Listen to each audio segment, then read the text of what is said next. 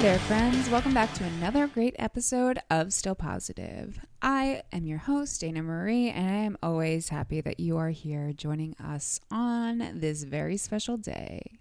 Today, I talked to Courtney, and we get down to brass tacks here, people. We are talking financials. We are talking logistics. We're talking money. How are we saving for inevitable situations that come up that out of nowhere for friends or loved ones or yourself in prepping for a chronic illness, a disability, or something out of the blue that just pops in ever so kindly into our lives, and then we have to deal with the financial aspects of that along with the actual medical condition that you're going through at the time, and we all know that's a lot to deal with.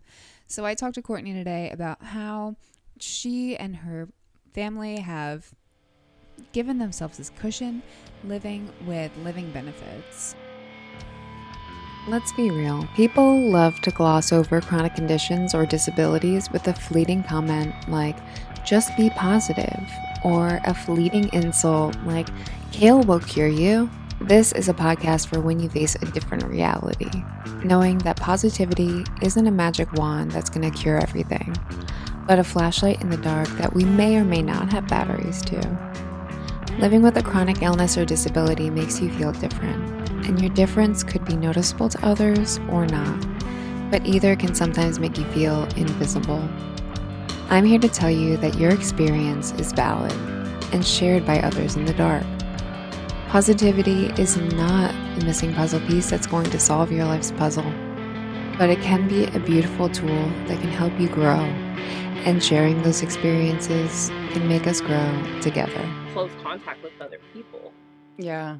I feel like we digress. I feel like this is not what we were, really talking about. Sorry. I know. No, it's fine. I mean, COVID affects everyone. So it's just like interesting to see. Like, you're right. Everyone does have their own. Everyone's calling their own shots. They're like, yeah, you can do this. CDC is like, just take off your mask. And other places are like, you have to wear it. So like, it's very confusing, but this is the time we live in. That was one of the things my sister and I talked about yesterday too, though, because I had people asking her, because she had 2 strokes. They were asking me, like, did she get a vaccine? Did she get this vaccine? You know, is this what happened? And I'm like, no, she didn't. Like, it wasn't that. It had nothing to do with that. Isn't it funny that that's the first thing that they think, though? I mean, but what are they supposed to think? They don't know. And like, honestly, at this point, we still don't know, but she wasn't vaccinated. So we know that wasn't the cause.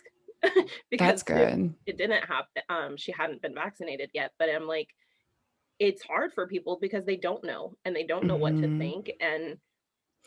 But what is it? Isn't typically they don't really know the cause of? So with the stroke, what happens is kind of usually it's more like a blood clot kind of, or something happens with your brain, and it causes more of like speech. Your speech is very slurred. One side of your body can, kind of not be working correctly. And that's not always with everything, I'm not going to generalize, but for my sister, that is specifically what happened. Her speech was extremely slurred. The whole right side of her body right now is not working at 100%, and they're not sure that it will get back to 100%. They want to get her back to like 95% for the right side of her body. Wow.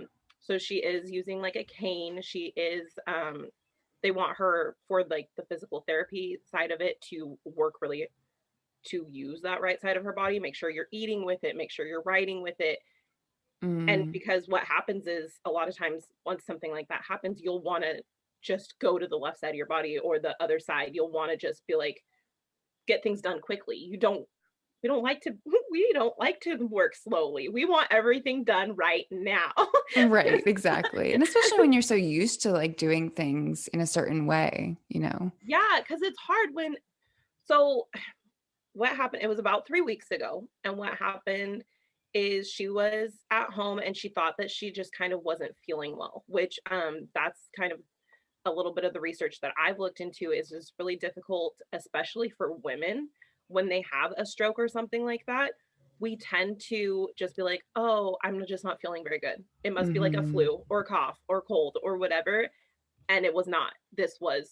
she had a stroke, and she actually had two strokes.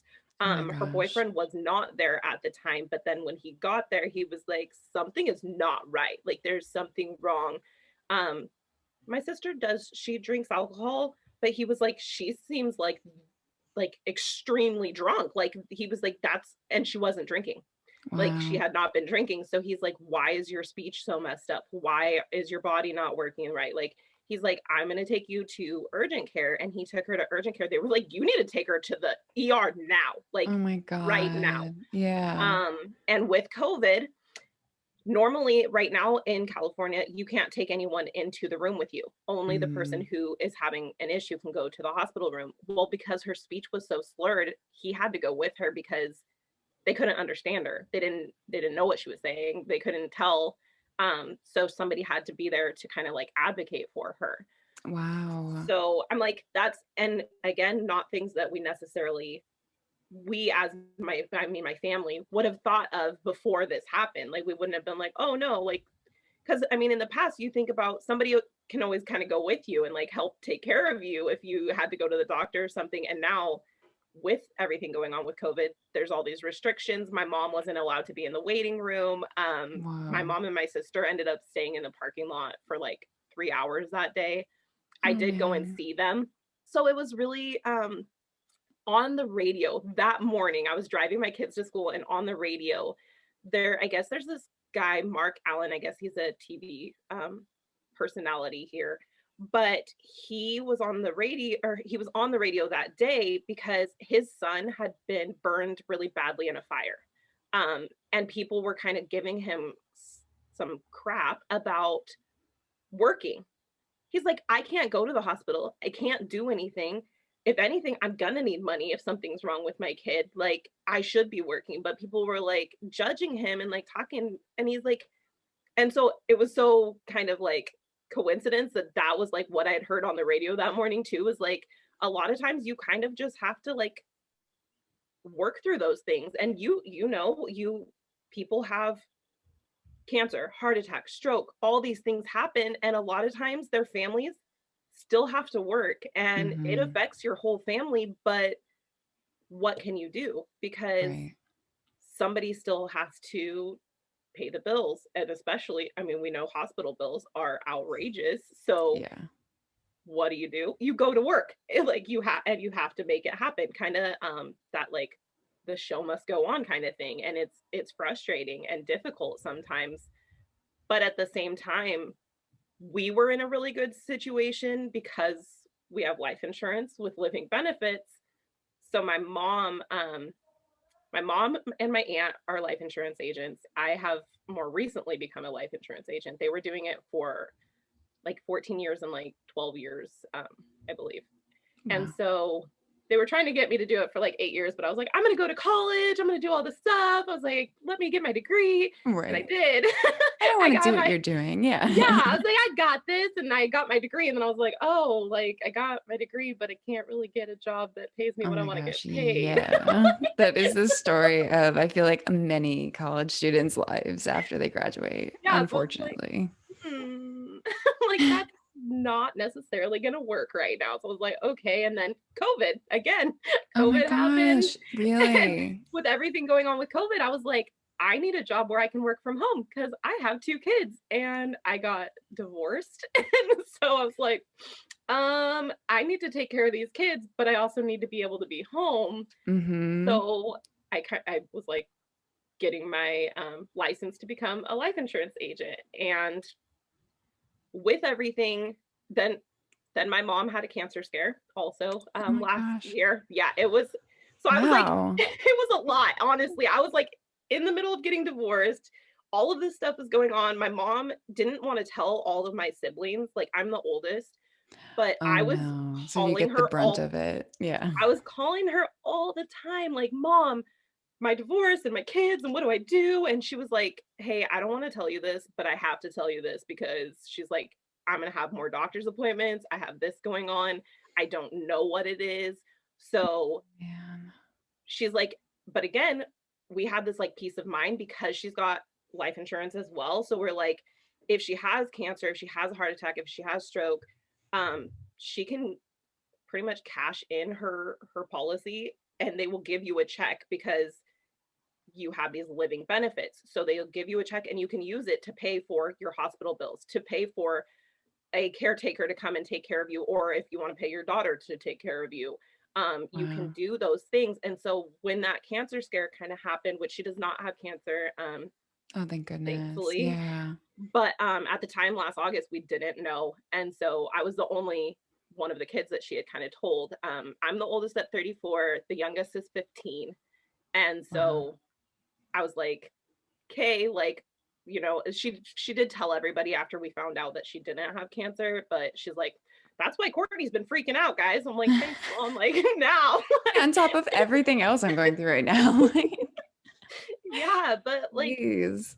the peace of mind was so nice because me and my mom knew that even if she had cancer and we had to deal with the health side of it, we weren't going to have to deal with the financial The aspect debt. that a lot of people have to deal with because Yeah.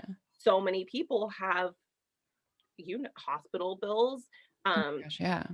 just that, like, that weight, that financial weight on your shoulders of like, how am I going to handle this, how is my family going to handle this? And we were kind of like a little bit, okay, like we'll figure it out, right? We're going to be okay, we got it. But what was nice is we didn't have to be like, we're going to have a GoFundMe or a car wash or this Mm-hmm. or that. We knew that we You had some covered. money if we needed it.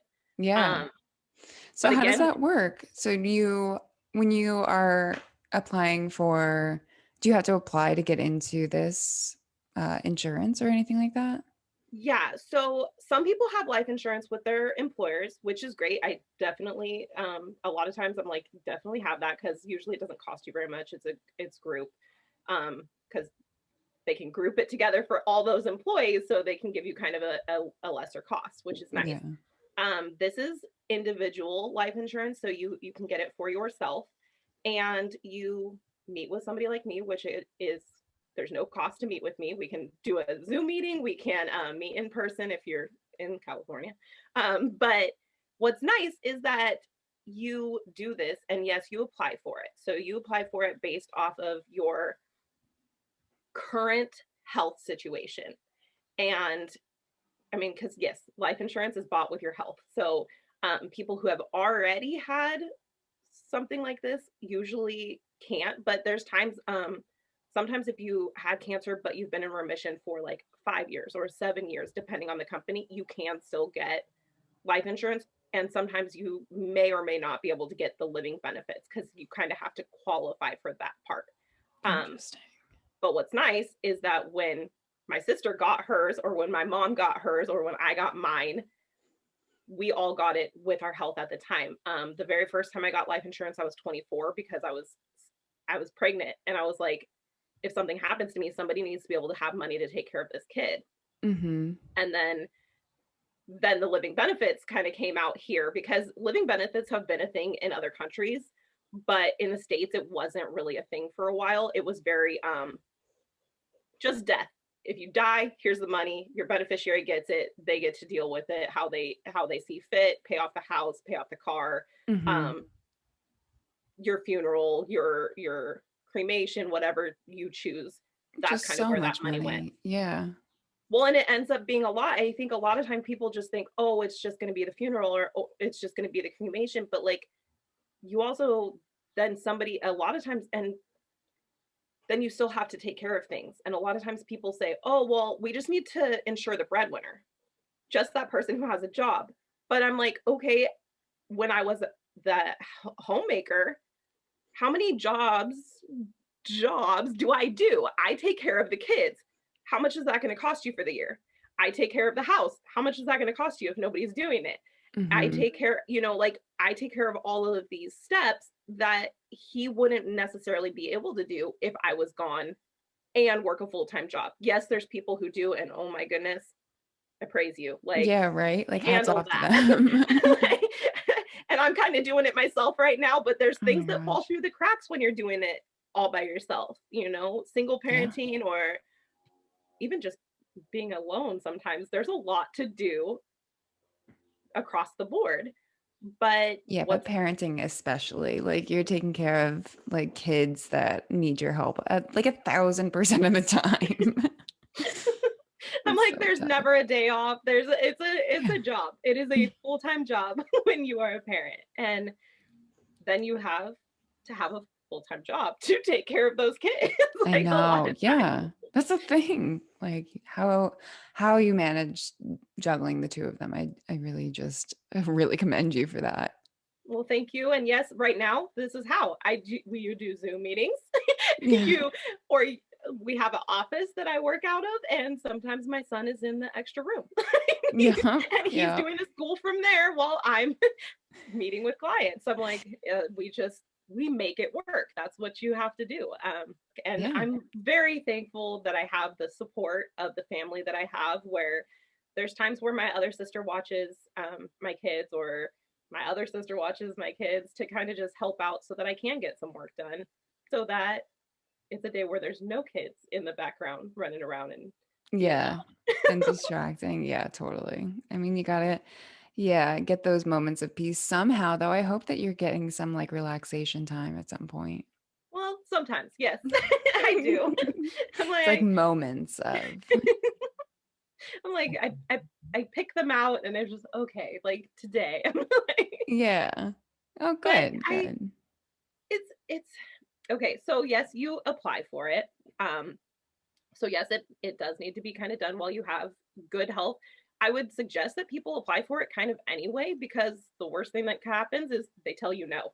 And I think a lot of people get afraid of like rejection, or like, they've got that fear. But I'm like, I think that it's really helped me in my life to just be like, well, I'm going to ask for it. And if somebody tells me no, that's okay. It wasn't meant to be. Like, Yeah. we'll just keep moving forward, and somebody else will make it happen. Exactly. Once you get comfortable with rejection or failure, even, once you get comfortable with how that feels and like realizing that that's just a part of life, then you're just like anything else, you just get used to it and you're just keep going through it because, you're right. You could get the yes at the end of the day. And that's like just the question is worth asking. Well, and that person may not be the person who's going to tell you yes, but they also may know the person who's going to tell you yes. So that's True. cool too. And like, Mm-hmm. you can definitely ask for things, and then the worst thing that's going to happen is you'll get a no, and then you just deal with that and move forward. Yeah. Um I'm So like, I with your don't. sister, so she got hit with medical bills, and then does she have to ask for like a certain amount? Like, do they ask for a bill? Like, how do you go about it when you do run into a situation like that? So we don't necessarily have all of the medical bills right this moment, because like this happened so recently. But okay, so again, it was so weird. So I told you the first time I got life insurance, I got it like at 24. Then I got a new one because the living benefits. My mom was like, hey, and I still wasn't an agent. She was like, hey, this company has living benefits, and they have three of them. So they have almost all of the ones in the States have terminal illness. But you have to be like really, really, really sick for that to happen. Hmm. But this company has terminal, they have chronic, critical, and then critical injury, I believe. Yes, critical injury also. So she was like, you need to get this one. So I switched over, and I had actually gotten older, but I had lost weight. So my policy was actually, yeah, I was like, hey. but, but my policy was actually less expensive. So Oh, I like by like 15 cents or something. Like, it wasn't like a lot, but like usually when you get older, your policy is now going to cost you more. But right. like, because I had better health body wise, because they do go off of your BMI, they put you in like rates, like standard rating, and then like you can either be more preferred or select or elite, or you can be like standard rating 1, 2, 3, 4. They put you in these tables based off of not only just your BMI, but like it goes off your BMI. Then if you have certain health risks, certain they'll also ask kind of like when your parents passed away and like why they passed away, so Mm, that they can kind of essentially analyze your health and figure out what is crazy. best for them to give you. Right, right. So then that second time, we all got the life insurance with the living benefits. me, my siblings, my mom was like, hey, you guys all need to get this. So we all got that. My mom hadn't switched my sister over from the company that she had before that only had 2 living benefits, but she also put her on this other one that has the 3.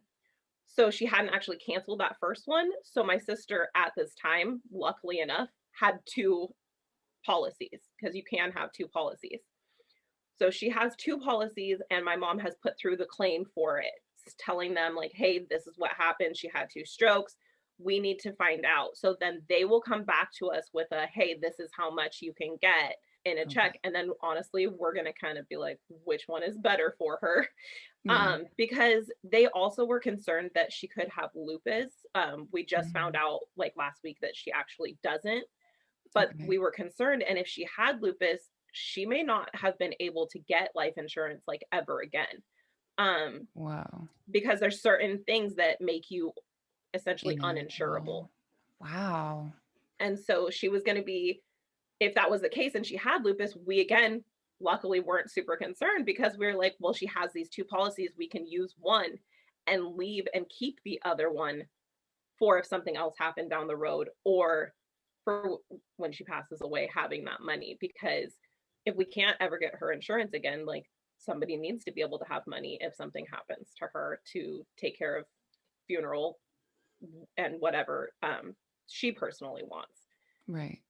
So luckily, it's been like, it was so weird because we as a family have been around insurance for years, but we never thought that we were going to have to put through a claim for it Right. like that. Like, we just didn't. I mean, like, we all assume like we're all going to pass away at some point, right? Like that's for Right. sure. Like we know Yeah. that. But Yeah. we didn't think that we were going to have to use the living benefits to take care of her. And Right. my other sister has been caregiving for her, because we need to make sure she's okay, because right now we still don't know what happened. So we don't know what caused it. So we don't know if it can happen again. So Mm-hmm. we're like, we kind of have to keep watch, so that if something happens, somebody can take her. Well, technically, if somebody's having a stroke, call 911. Like, you're not actually supposed to drive them to the ER. You are supposed to call 911 and let them handle it. Wow. I don't know that Yeah. everyone knows that, because I didn't know that. we didn't Yeah. all know that. And her boyfriend obviously didn't know that at the time. But yes, if you believe somebody is having a stroke, you are supposed to call 911. Some of the signs is like, if you ask them to stick out their tongue and it sticks off to the side, like it's not supposed to really like Mm. do that. Or you ask them to like hold up their arms and they're holding up like only one, like Wow. that's not a good sign. If their speech is extremely slurred, that can be, obviously we also know sometimes that happens with drunk people, but if they're not drinking and their speech is extremely slurred, there's a problem. Right. This is like a typical thing that people would ask because they've never encountered someone with a stroke, but they always say that you smell toast, burning toast. Do you know if she smelled that?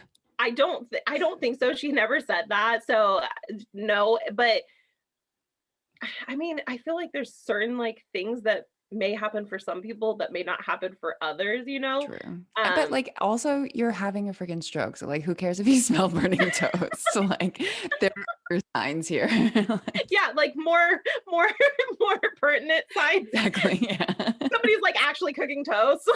Yeah. Like, Right. oh That's so no. scary though. I'm glad that her boyfriend was there and someone was there to like say, "Hey, you don't sound like yourself and like something's wrong with you." Well, and that's always been one of my biggest concerns, because there was a time where I was a single mom earlier on in my son's life. And I used to always tell my mom, like, I call my mom a lot. I do. Like, we have a very close relationship. But I was like, Yay. like at the time, I was like, check on me. Like, if I don't call you for a few days, like, check on me, because I would get worried. Like, we lived in a small apartment. I was like, I got up to like change a light bulb or something one time. And I'm like, what if something happened to me? And my son was only like 1.5 at the time. I'm like, Oh my gosh. who would Yeah. come check on me, and what would Mhm. happen with him? I'm like, would he just be sitting here for day, like, and sometimes that does happen to people, and it's not something that people normally want to talk about, but like sometimes those things happen, and like we have to check on each other. And I think that Yeah. that's one of the things that's been nice with COVID, is I think people are checking on each other a little more than they used to. But yeah, my mom knows, like, if Courtney doesn't call me for a few days, like, what's up? Are you Something's up. okay? Yeah, Like, exactly. Oh man. Well, I'm glad to hear that your sister was able to at least, get the funds from the life insurance that you're talking about, or she's in process for the claim. But, that's such an important thing that people, because it comes out of nowhere. You never can plan for something terrible like this to happen. So having that as a backup is probably so helpful for you and your family, even just to know, like you're saying, peace of mind. It's set aside for that time, just in case. Do you have to do like a monthly? Do you choose a monthly payment, or is it made up by the insurance company? so the way that it works is like depending on how much coverage you want. The lowest coverage usually for like a term insurance, which just means that you're going to kind of rent this insurance. So it could be 10 years, 15 years, 20 years, 30 years. Um, the lowest amount for a lot of the companies is like $100,000 for that. And I have a $250,000 policy on myself. My policy is like $20 a month. My sister's Oh, is like wow. $20 a month. Okay. But there's also people I know who have policies that are like $1 million and they got theirs young and theirs is like $60 a month. But Wow. if something happens to him, his wife gets $1 million. Like, Wow. That's so, nuts. and one of my cousins, because again, my aunt, my mom, like our whole family, but like we were talking about it and he's like, it's really hard for me to like describe to people what you guys do. I don't get it. Like, there's just so much to it. He's like, I just feel like if something happens to me, I better leave my family $1 million. And I was like, that's what you tell people. That Yeah. right there, just Yeah. that, just tell people that. Like, if something happens to me, I want to be able to leave my family $1 million. So when you meet with us, if it doesn't cost you anything to meet with us, which is nice, we can meet over Zoom. I can meet with people in other states. I'm licensed in California, Ohio, South Carolina, and pending in Virginia. But then you meet, we talk, we figure out what works for you. We kind of do a financial needs analysis, is what we call it. And so I'll ask questions about their basic medical health, like your height, your weight, any pre-existing conditions, smoker, non-smoker, because smoking costs you a lot of money when it comes to life insurance. Crazy. And it's not just necessarily smoker, it's tobacco, because I say smoker, non-smoker, and then some people will be like, "Oh, well, I chew," and I'm like, "Okay, that's tobacco that's in your system. Like, they're going to count that." Um, Mhm. they've changed it a little bit for certain things where it's a little bit easier to get life insurance for like people who are younger who are getting a certain amount, like up to $1 million. And if you're kind of already in good health, they'll just check your medical background with the medical information bureau, the men Mhm. in black. Yeah. um, I love they this. they check your information. But if you're going for over $1 million, or if you are already like have some certain health things, then they'll want a letter from your doctor, or they might ask you to have somebody come to your home and do a medical exam where they get your urine and your blood, and that's at no cost to you. It's for the insurance company pays for that. But there's tons of companies that do it. Exam One is one that I use. And so they do these things, but it's depends on certain things. Like if you are young and like already pretty healthy, they kind of just check your background for certain, like for like a $250,000 policy, it's just the application. Mm. If we're doing some of those next steps, then they do, yeah, what I was talking about, they call that parameds. Getting your blood, urine, whatever. Yes. The more money you kind of get or whatever, then yeah, that's how they kind of switch what your rate is. So we kind of put the numbers in, and then they calculate what you would pay. And they Okay. calculate what you would pay if you had a 10-year policy, a 15-year policy, a 20-year policy, or a 30-year policy. We also have policies that are whole life policies. So you can then be protected for your entire life. Those are going to be a different cost, but they're going to now protect you for your entire life. I don't know if that was helpful. Yeah. like, I'm like, I So don't know.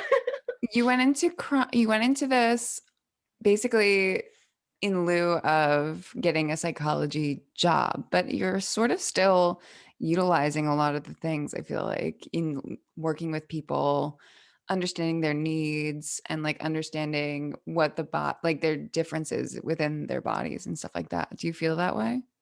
Oh yeah. I got right out of high school and worked in a care home, and I kind of always realized like I like helping people. Like I want to help people. If I can help people, like that's what I like to do.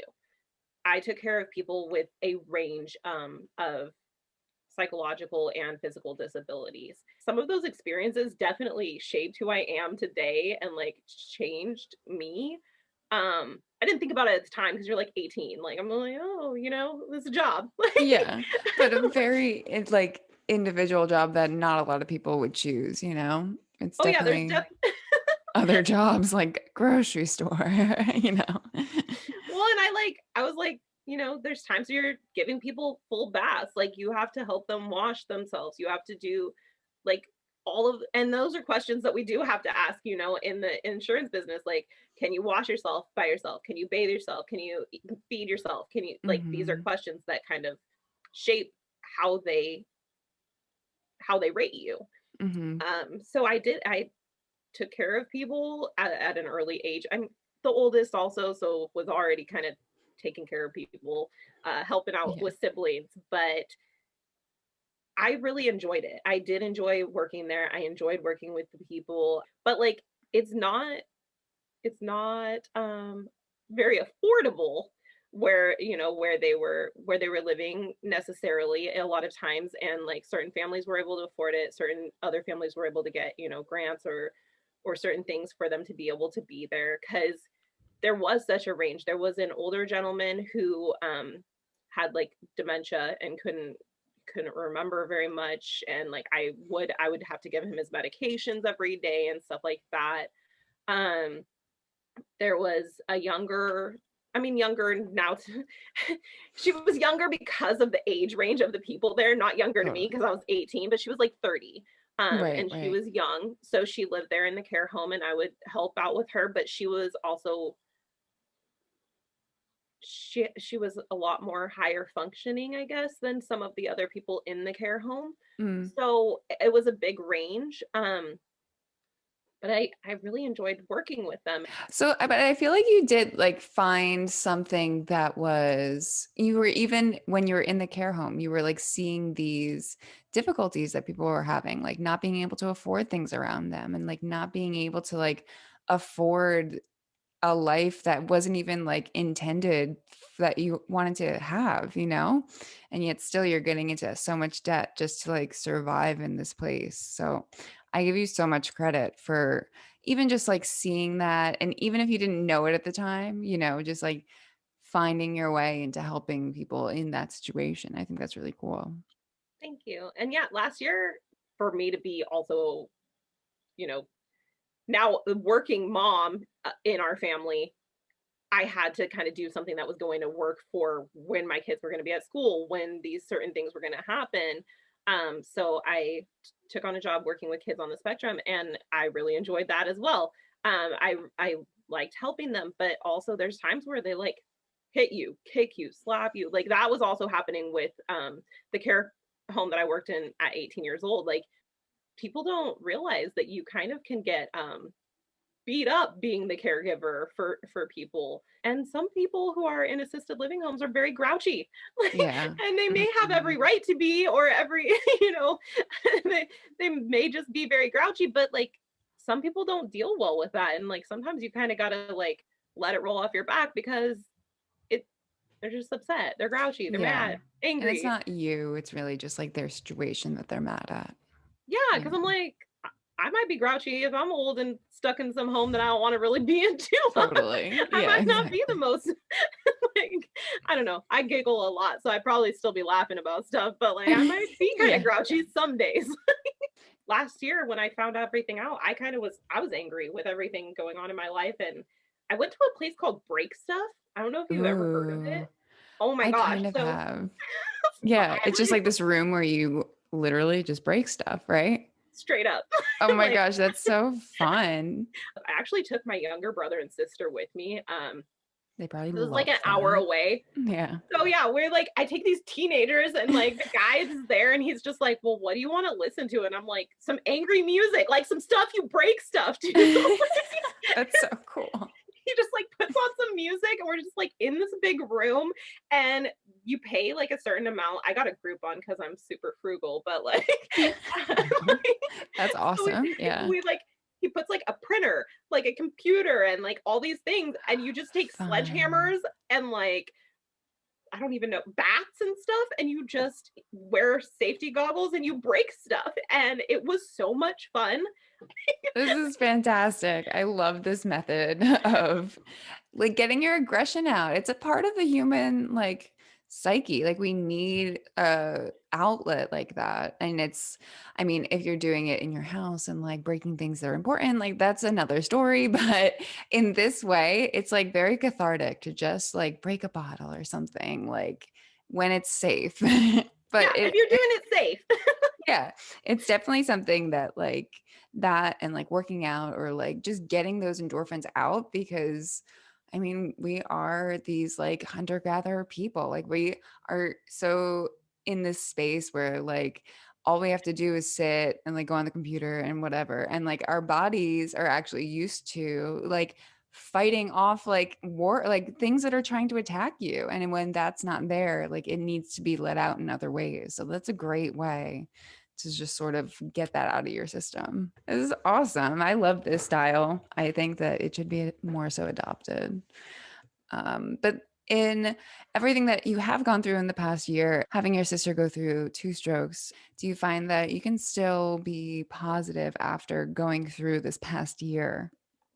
Yeah, definitely. I am still positive and like that's I think that even with everything that was going on in the last year where I was kind of like where am I going to live? What am I going to do? Like how am I like with the divorce I was like what do I do? I've made a way. You know, I asked the right people. I figured things out. I talked to who I needed. I definitely reach out for resources and I don't know if you and I talked about it, but like I ran a clothing drive for women in our community. So I had people who were retired donating clothes and they would come all drop them off at my office.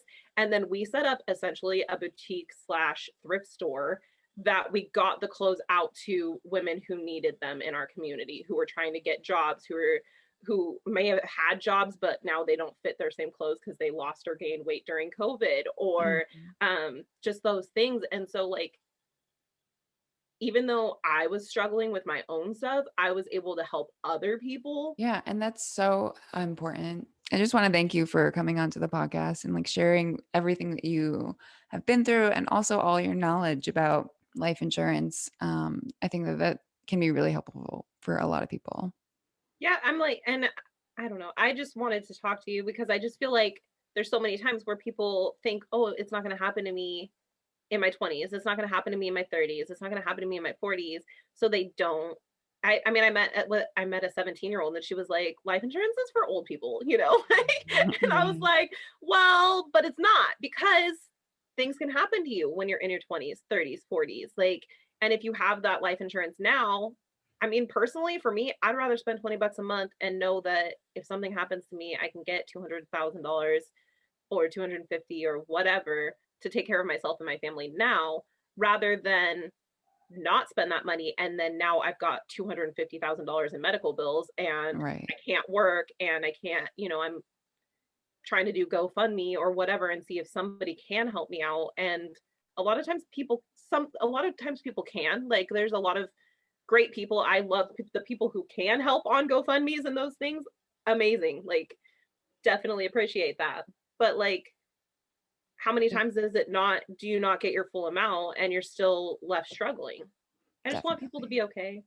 I'm like, I want you to be protected. I want your family to be protected. And like, I'm so grateful that my sister is protected in all of this because I feel for anybody who's not protected and goes through something like this because like I can't imagine that extra weight on our shoulders of like how is she going to financially take care of herself throughout this?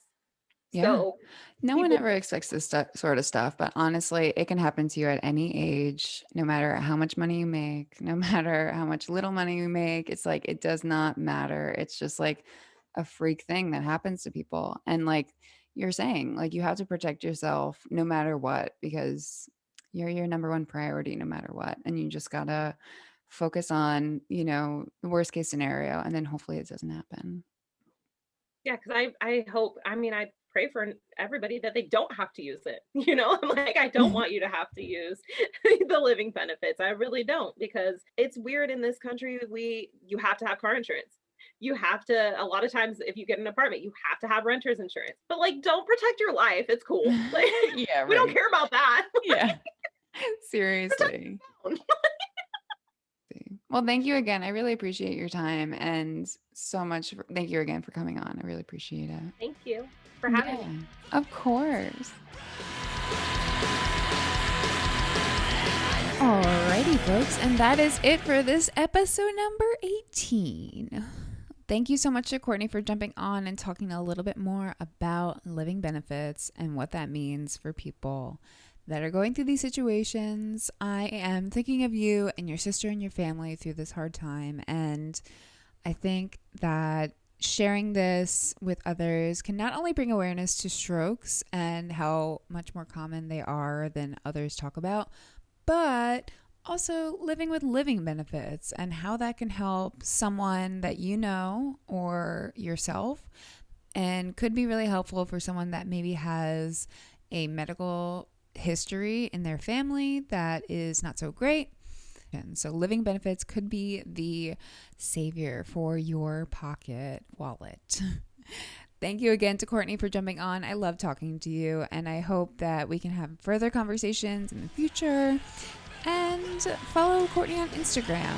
In the show notes, I will have that linked. And stay sick, folks. I thank you so much for listening in.